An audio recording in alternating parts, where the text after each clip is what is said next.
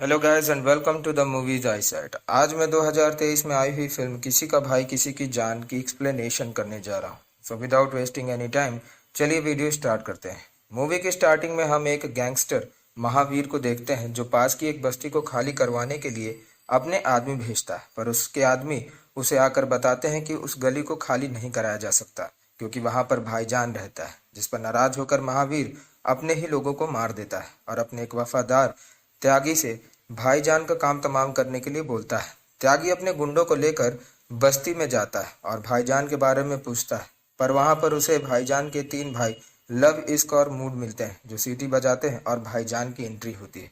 भाईजान त्यागी को अपना इंट्रोडक्शन देता है और उसके गुंडों से उनकी फैमिली के बारे में पूछता है, जहाँ पर कुछ गुंडे बताते हैं कि मेरे घर में बूढ़े माँ बाप हैं, तो कुछ बताते हैं कि मेरे घर पर मेरी पत्नी और बच्चे हैं। जिस पर भाईजान कहता है कि तुम लोग क्यों उनका साथ छोड़ना चाहते हो, क्योंकि आज तुम सभी मुझसे लड़कर मारे जाओगे। त्यागी गुंडों को भाईजान पर अटैक करने को कहता है, जिसमें भाईजान सभी गुंडों को धूल चटा देता है और त्यागी के पास पहुंच जाता है और उसे सावधान करता है कि अगली बार अगर यहाँ पर दोबारा दिखा तो तेरा भी हश्र गुंडों की ही तरह होगा। और यह सभी चीजें महावीर अपने घर के बरामदे से देख रहा था, जो गुस्से से अपने घर की रेलिंग पर पैर मारता है। जिसके बाद हम भाईजान के तीनों भाइयों को देखते हैं जो अपने मनपसंद की लड़कियों के साथ शादी करना चाहते थे, जिस पर डॉक्टर उसे समझाता है कि तुम लोगों ने कसम खाई थी कि तुम लोग शादी नहीं करोगे, तुम लोगों को पालने के लिए तुम्हारे भाई ने शादी नहीं की। जिस पर लव कहता है कि हर बड़े भाई का कर्तव्य होता है अपने छोटों की देखभाल करना, लेकिन इसका मतलब यह नहीं कि हम लोग भी उसी के जैसे रह जाएं। यह तो कोई बात ही नहीं हुई। जिस पर उन्हें नदीम चाचा रोकते हुए कहते हैं कि तुम लोग अब चुप हो जाओ, तुम नहीं जानते कि भाईजान तुम्हारे लिए क्या कर चुका है। तुम लोग असलियत में उसके सगे भाई नहीं हो, वह तुम्हारी तरह एक अनाथ था जो अनाथालय में काम कर रहा था। एक बार अनाथालय में आग लग गई जिसमें भाईजान ने तुम लोगों की जान बचाई और कसम खाई वह तब तक शादी नहीं करेगा जब तक तुम सभी की अच्छे से देखभाल नहीं हो जाती। जिसे सुनकर तीनों भाई दुखी हो जाते हैं और भाईजान के पास जाकर उससे गले मिलते हैं। जिसके बाद अगले दिन हम तीनों भाई की गर्लफ्रेंड मुस्कान, चाहत और खुशी को देखते हैं जो नदीम चाचा के पास आती है और नदीम चाचा से कहती हैं कि हम सभी भाईजान के तीनों भाइयों को पसंद करते हैं, पर हमें पता है कि वह अपने भाई को हमसे ज्यादा पसंद करते हैं, इसलिए आप भाईजान को हमारे बारे में ना बताइएगा। जिस पर नदीम चाचा कहता है कि अब तुम लोग असली बात बताओ। तब सभी लोग बोलने लगती हैं कि हम सभी भाईजान के भाइयों को चाहते हैं और वह भी हमें चाहते हैं। जिस पर नदीम भाईजान के तीनों भाई लव इश्क और मूड को बुलाता है और वह सभी इस बात को एक्सेप्ट करते हैं। जिस पर नदीम बोलता है कि तुम लोगों को अगर शादी करनी है तो पहले अपने बड़े भाई के बारे में सोचना होगा।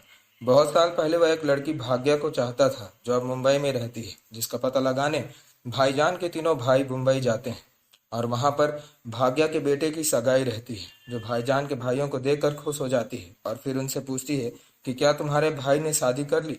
जिस पर लव कहता है कि अभी तक उन्होंने शादी नहीं की, वह किसी बेटर की तलाश कर रहे हैं। तभी वहां पर भाग्या का पति आ जाता है और वह बोलता है कि मुझे तो लगा था कि तुम मेरी बीवी को उठाने आए हो, लेकिन थैंक गॉड तुम्हें इस बात का पता चल गया कि मेरे बेटे की सगाई होने वाली है। तभी वहां पर भाईजान पहुंच जाता है और फिर भाईजान के साथ भाग्य, उसका हस्बैंड और उसका बेटा फोटो खिंचाते हैं। जिसके बाद भाईजान नदीम चाचा से नाराज होकर पूछता है कि भाग्य के बारे में मेरे भाइयों को किसने बताया। जिस पर नदीम उसे डांट कर बोलता है कि तू मेरे सामने अकड़ कर मत बोल, तुम्हारे भाई इतने अच्छे हैं कि वह तुम्हें अपनी जान से ज्यादा चाहते हैं। उन्होंने कभी भी दारू सिगरेट को हाथ नहीं लगाया, वह सभी सज्जन है और तू उन सभी पर नाराज होता है। जिसके बाद हम भाईजान के भाइयों को देखते हैं जो जीसस के आगे भाईजान के लिए किसी लड़की का रिश्ता मांगते हैं कि किसी तरह हमारे बड़े भाई की शादी करवा दो। तभी वहां पर एक गाड़ी से उतरती हुई एक लड़की भाग्य लक्ष्मी दिखती है जो पानी बरसने की वजह से जीसस की मूर्ति के पीछे छिपती है। जैसे ही बारिश खत्म हो जाती है वह कमरे की तलाश में शहर के एक खराब इलाके में पहुंच जाती है, जहां पर उसका पीछा भाईजान के भाई करते हैं। पर उस इलाके में उसे जाता देख कर वह दुखी हो जाते हैं और उसे गलत टाइप की लड़की समझ लेते हैं, लेकिन वह उन सभी लोगों का संशय दूर करती है और बोलती है कि मैं उस टाइप की लड़की नहीं हूँ, बल्कि मैं यहाँ पर पुराने एंटीक्स के ऊपर रिसर्च करने आई हूँ, पर मुझे किराए का मकान चाहिए। जिसमें उसकी मदद भाईजान के भाई करते हैं और अपने सामने वाला घर भाग्य को दे देते हैं। इधर महावीर से उसके डीलर शिकायत करते हैं कि तुम अभी तक हमें वह बस्ती क्यों नहीं दिला पाए।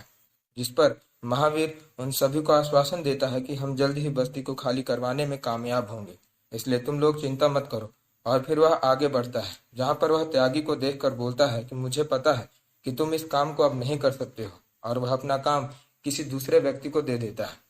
इधर भाईजान के भाई प्लान बनाकर भाईजान को घर की चाबी भाग्या के हाथ में देने के लिए भेजते हैं, जहां पर भाईजान भाग्य को पूरा घर दिखाता है और उसके बाद चाबी उसके हाथ में रखकर वहां से वापस चला जाता है। जिस पर भाग्या इशारों में भाईजान के भाइयों से पूछती है कि क्या यह बोल नहीं पाते, जिस पर उसके भाई इशारे पर बताते हैं कि हमारे भाई थोड़े अकड़ू टाइप के हैं। जिसके बाद अगले ही दिन तीनों भाई भाग्या से मिलने उसके घर पहुंच जाते हैं, जहां पर भाग्य लक्ष्मी अपने परिवार की फोटो उन्हें दिखाती है और फिर अपने भाई आन्या के बारे में बताती है, जो कई बार सपनों में खुद को एक खूंखार व्यक्ति के रूप में देखता है और इसी वजह से वह हफ्ते में 4 बार भगवान के दर्शन करने भी जाता है और उसे हिंसा से नफरत है, वह अहिंसावादी है।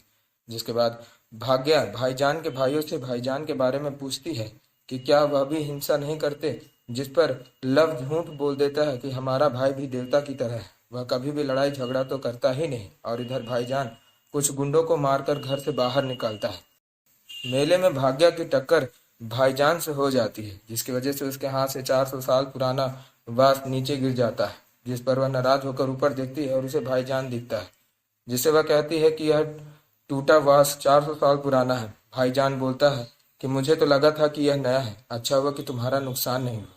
जिसके बाद वह मेला घूमने लगता है और भाग्या भाईजान को भाईजान कहकर नहीं बुलाना चाहती थी, लेकिन वह उसे खुद मिलना चाहती थी, इसलिए वह उसे अपने पास बुलाती है और भगवत गीता दिखाती है कि क्या तुम्हें इसके बारे में पता है, जहां पर भाईजान भगवत गीता के कुछ श्लोक सुनाता है और जब वह रुक जाता है तब भाग्या भी उस श्लोक को पूरा करती है, जिसे सुनकर भाईजान को अच्छा लगता है। जिसके बाद भाईजान और भाग्या एक दूसरे के साथ काफी टाइम स्पेंड करने लगते हैं और भाग्या शराब की एक घूंट पी लेती है, जिससे उसको पूरे रास्ते उल्टी होती है और भाईजान उसे उठाकर घर ले आता है, जहां पर भाईजान अपने हाथ से खाना बनाता है, जिसे भाग्या खाती है और उसे खाने का स्वाद बहुत ही बुरा लगता है। वह सभी के लिए अपने हाथ से दोबारा लजीज भोजन बनाती है और सभी खाकर खुश हो जाते हैं। जिसके बाद भाग्या भाईजान के भाइयों से गाना सुनाने के लिए बोलती है, जिस पर लव बोलता है कि भाईजान खुद बहुत अच्छा गाना गा लेते हैं। जिस पर भाग्या भाईजान का मजाक बनाते हुए कहती है कि यह अपने खाने की तरह गाना भी गाते होंगे। जिस पर भाईजान गाना गाता है और उसकी आवाज को सुनकर भाग्या इम्प्रेस हो जाती है। अब अगले ही दिन भाग्या के ऊपर गाड़ी चढ़ने वाली होती है और भाईजान उसकी जान बचा लेता है। जिसके बाद हम चाहत, मुस्कान और खुशी को देखते हैं, जो मदद मांगने के लिए भाग्या के पास आती है। वह भाग्या से बोलती हैं कि आप भाईजान से हम लोगों के बारे में बात कीजिए और उन्हें बताइए कि उनके भाई हमें और हम उनके भाइयों को कितना पसंद करते हैं। जिस पर भाग्या कहती है कि मेरे कहने से क्या होगा। तब चाहत बोलती है कि मुझे पता है कि आप भाईजान को पसंद करती हैं और इसलिए हम आपसे ही मदद मांगने आए हैं, क्योंकि आप हमारी ही नहीं अपनी भी मदद कर सकती हैं। जिस पर भाग्या भाईजान को उनके भाई के गर्लफ्रेंड्स के बारे में सारी सच्चाई बता देती है। जिस पर भाईजान बोलता है कि मेरे भाइयों ने मुझे इस बारे में बताना जरूरी नहीं समझा, वह मुझसे इस बात को छुपा कर बैठे हुए हैं। और फिर वह अपने भाइयों को बुलाता है और उनसे पूछता है कि तुम्हारी गर्लफ्रेंड कहाँ पर है। जब लड़कियां आ जाती हैं तब भाईजान उनसे पूछता है कि मेरे भाइयों का तो पता है, लेकिन मैं तुमसे यह पूछना चाहता हूँ कि आखिर तुम तीनों ने मेरे भाइयों में क्या देखा। जिस पर लड़कियां जवाब देती हैं कि यह सभी हमारे लिए एक परिवार की तरह है और भाग्या भाईजान से उसका नाम पूछती है। जिस पर भाईजान उसे बताता है कि बचपन में लोग मुझे गालियां दिया करते थे क्योंकि मैं अनाथ था, लेकिन जब इन 3 लोगों को मैं अपने साथ लाया तो इन्होंने मुझे भाई कहा और ऐसा मेरा नाम भाईजान पड़ गया। जिस पर भाग्या कहती है कि मैं तो आपको भाई नहीं बोल सकती हूँ, तो मैं जान ही बोलूंगी। और इस तरह वह भाईजान से अपने प्रेम प्रकट कर देती है। लव भाग्या से पूछता है कि क्या हुआ, जिस पर भाग्या बोलती है कि काम हो गया और लव बाकी सभी लोग खुश हो जाते हैं। जिसके बाद भाग्या अपने भाई अनन्या के पास फोन करती है और उसे अपने पसंद के लड़के की बात बताती है और भाईजान की फोटो भी वीडियो कॉल में परिवार को दिखाती है। सभी लोगों को भाईजान बहुत पसंद आता है और अनन्या अपने घर में भाईजान को बुला लेता है। भाईजान भाग्या के साथ हैदराबाद जाने लगता है, जहां पर ट्रेन में कुछ गुंडे आ जाते हैं और भाईजान उनसे मारपीट करने लगता है। गंभीर स्थिति को देखते हुए भाग्या भाईजान के भाइयों को फोन करके बताती है। सभी भाई वहां पर पहुंच जाते हैं और बारी बारी से गुंडों की पिटाई कर डालते हैं, जिससे भाग्या नाराज होती है और वह बोलती है कि मेरा भाई बहुत ही सज्जन और अहिंसा प्रेमी है, तुम लोग इस तरह की मारपीट करते हो, यह बात की खबर मुझे नहीं थी। अगर मुझे पता होता तो मैं तुम लोगों के पास कभी ना आती। जिस पर भाईजान उसे समझाता है कि अगर इस सिचुएशन में तुम्हारा भाई तुम्हारे साथ होता और तुम्हारे ऊपर गुंडे हमला करने वाले होते तो क्या वह चुपचाप खड़ा होता। कभी कभी हमें वायलेंस का सहारा लेना पड़ता है। इसलिए अब टाइम ना वेस्ट करो और अब घर के लिए चलो। तभी भाग्य के ऊपर एक कुल्हाड़ी आकर लगने वाली होती है, जिसे बीच में ही भाईजान पकड़ लेता है और वह कुल्हाड़ी त्यागी का ही आदमी चलाता है। जब भाईजान त्यागी के पास पहुंचता है तब त्यागी बोलता है कि मैं हर बार गलत समय में सही एंट्री मारता हूँ। यह सभी गुंडे तुम्हें मारने के लिए नहीं बल्कि इस लड़की को मारने के लिए भेजे गए हैं, क्योंकि इस लड़की के भाई बालाकृष्णा से हैदराबाद के गैंगस्टर नागेश्वर की दुश्मनी है और उसने बालाकृष्णा की फैमिली को खत्म करने की कसम खाई है। जिस पर भाग्या बोलती है कि मेरा भाई अहिंसावादी है, उससे कैसे कोई दुश्मनी कर सकता है। जिस पर भाईजान बोलता है कि अगर कोई हिंसावादी अहिंसावादी से लड़ने जाए तो यह जरूरी है कि उस अहिंसावादी के पास भी कोई हिंसावादी जरूर होना चाहिए, और इसलिए मुझे तुम्हारे भाई की मदद करने दो। और फिर भाईजान अपने भाई और भाग्य के साथ उसके घर पहुंच जाता है, जहां पर फंक्शन में सभी लोग भाईजान और उसके भाइयों का स्वागत करते हैं और सिर्फ भाईजान भाग्य की नानी से मिलने जाता है, जिन्होंने कई दिनों के बाद अपनी आंखें खोली थी। जिसके बाद सभी खाना खाने पहुंच जाते हैं और बीच खाने में ही पता चलता है कि नानी खत्म हो गई। त्यागी भाईजान को फोन करके बताता है कि हैदराबाद में नागेश्वर बालाकृष्णा के परिवार को खत्म करने की कोशिश करने वाला है, इसलिए अब तुम्हें उससे जाकर मिल लेना चाहिए। जिस पर भाईजान नागेश्वर से मिलने जाता है और बोलता है कि जिस परिवार से तुमने दुश्मनी ली है, मैं उस परिवार में शामिल होने जा रहा हूँ, इसलिए मैं तुमसे रिक्वेस्ट करता हूँ कि आपसी द्वेष को दूर कर दो। जिस पर नागेश्वर भाईजान को बालाकृष्णा से हुई दुश्मनी के बारे में बताता है कि मेरा पिता एक संत आदमी था जिसने एक छोटी सी क्लिनिक चलाई थी और मैं उसकी दुकान में इलीगल ड्रग्स रखकर एक ट्रक में उसकी तस्करी करता था। एक दिन पुलिस वाले ने मेरा ट्रक पकड़ लिया। मैंने उसे पैसा भी खिलाया, वह मान भी गया, लेकिन धीरे धीरे पैसे की भूख बढ़ती गई और वह खाता चला गया। इसलिए मैंने पुलिस स्टेशन में घुसकर उस पुलिस वाले की हत्या कर दी। जब मैं फंसने लगा तब मैंने बालाचंद्रन से मदद मांगी, लेकिन उसने मेरी एक ना सुनी और क्लिनिक के ओनर होने के नाते मेरे संत पिता को पुलिस जेल ले गई। अपनी भारी बेइज्जती को वह बर्दाश्त न कर सके और हार्ट अटैक से उनकी मौत हो गई। तब से मैंने बालाकृष्ण और उसके पूरे परिवार को खत्म करने की कसम खाई हुई है। जिस पर भाईजान बोलता है कि तुम्हारा पिता तुम्हारी वजह से मारा गया है और तुम अपनी ईगो सेटिस्फाई करना चाहते हो, लेकिन इस बात को हमेशा याद रखना कि उस परिवार में अब मैं भी शामिल हूँ। जिसके बाद भाईजान घर में चला जाता है। तभी उसे फिर से त्यागी का फोन आता है कि आज नागेश्वर के लोग घर में अटैक करने जा रहे हैं। भाईजान अपने भाइयों के साथ बिना किसी को बताए हुए नागेश्वर को लोगों से लड़ने के लिए पहुंच जाता है और भाईजान को गुंडों को पीटते हुए भाग्या का भाई आन्या देख लेता है और वह नाराज होकर भाईजान से बोलता है कि मैंने यह नहीं देखा कि तुम कौन से जात के हो, मैंने यह भी नहीं देखा कि तुम्हारे परिवार में कौन कौन है, क्योंकि मैं हमेशा अपनी बहन की खुशी चाहता था, लेकिन मैं कभी नहीं चाहता था कि मेरी बहन की शादी किसी मारपीट करने वाले गुंडे से हो। इसलिए वह तुम्हें एक्सेप्ट कर लेगी, पर मैं तुम्हें एक्सेप्ट कभी नहीं करूंगा।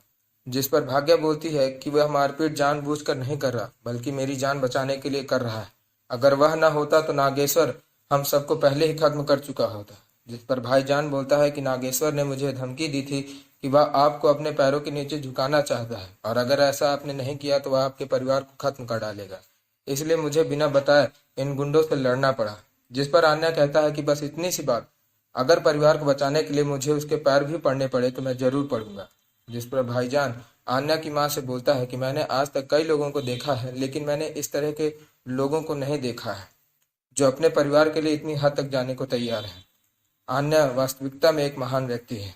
जिसके बाद अगले दिन आन्या और भाईजान नागेश्वर के पास जाते हैं, जहां पर आन्या नागेश्वर के पैरों में अपना सर झुका देता है और उसे ऐसा करते देख भाईजान की आंखों में आंसू आ जाते हैं। लेकिन नागेश्वर इतनी आसानी से आन्या और उसके परिवार को छोड़ने वाला नहीं था। वह अपने गुंडों को आन्या के घर में फायरिंग करने भेजता है और लोगों की आवाज को सुनने के लिए फोन को स्पीकर में रखने को बोलता है। गोलियां चलती हैं और अन्य के घर के सभी लोग मारे जाते हैं। तभी आन्या की नींद खुलती है और भाईजान बाकी लोगों के साथ भोजन करने वहां पर पहुंच जाता है। भाईजान आन्या को बताता है कि आपके घर पर फायरिंग हुई है और इधर नागेश्वर को उसके आदमियों से पता चलता है कि घर पर कोई मौजूद ही नहीं था, जिससे वह काफी नाराज हो जाता है और फिर अपनी मदद के लिए वह फोन करके महावीर को बुलाता है। अब रात के वक्त भाईजान अपने भाइयों से उस रहस्य को बताता है कि वह वास्तविकता में उसका सगा भाई नहीं है, जिसे उसके भाई पहले ही जानते थे और सभी कहते हैं कि आपने जो हमें लाइफ दी है उस तरह की लाइफ हमें मिल भी नहीं सकती थी, और उसके गले लगते हैं। जिसके बाद अगले दिन नाच गाना होता है और उसी के बाद नागेश्वर अपने साथियों के साथ बालाकृष्णा के परिवार को खत्म करने पहुंच जाता है और भाईजान की आंखों के सामने ही त्यागी को मौत के घाट उतार देता है। फिर भाईजान और नागेश्वर के गुंडों के बीच में लड़ाई होने लगती है और लड़ाई करते करते भाईजान कुछ दूर चला जाता है। उधर बालाकृष्ण और उसकी बहन भाग्या को नागेश्वर के गुंडे पकड़ लेते हैं। जब लव भाईजान से कहता है कि आपको भाग्या को बचाना चाहिए, तब भाईजान उसे बताता है कि आन्या ही राउडी अन्ना है जो नागेश्वर से लड़ सकता है। उसने बहुत साल पहले अपनी बहन की जान पर खतरे को देखते हुए हथियार न उठाने की कसम खाई थी। आज उसी बहन की जान पर वापस बनते हुए देखकर वह फिर से हथियार जरूर उठाएगा। और तब हम आन्या को देखते हैं जो छुरी लेकर बारी बारी से नागेश्वर के गुंडों को मारने लगता है। पर जब नागेश्वर के लोग उसे पकड़ लेते हैं और नागेश्वर उसके पेट पर चाकू मारने ही वाला होता है कि तभी भाईजान उसका हाथ पकड़ लेता है और फिर नागेश्वर को बुरी तरह से मारने लगता है। नागेश्वर भाईजान को मारने के चक्कर में अपने ही भाइयों को चाकू मार देता है और भाईजान उसे अहिंसा के बारे में समझाता है कि लड़ाई झगड़े में कुछ नहीं रखा है, जिसे नागेश्वर को होश आता है और वह चाकू लेकर महावीर की तरफ दौड़ता है। महावीर उसे मार डालता है, जिसके बाद महावीर और भाईजान में बस्ती को लेकर लड़ाई होती है, जिसमें महावीर भाईजान और उसके भाइयों पर भारी पड़ता है। लेकिन तभी लव सीटी बजाता है और भाईजान फिर से एक बार उठ खड़ा होता है और दुगनी तेजी से महावीर से लड़ाई करता है और उसे मौत के घाट उतार देता है। जिसके बाद भाईजान स्टाइल में भाग्या की तरफ देखता है और भाग्या उसे लव यू बोलती है और इसी के साथ मूवी खत्म हो जाती है।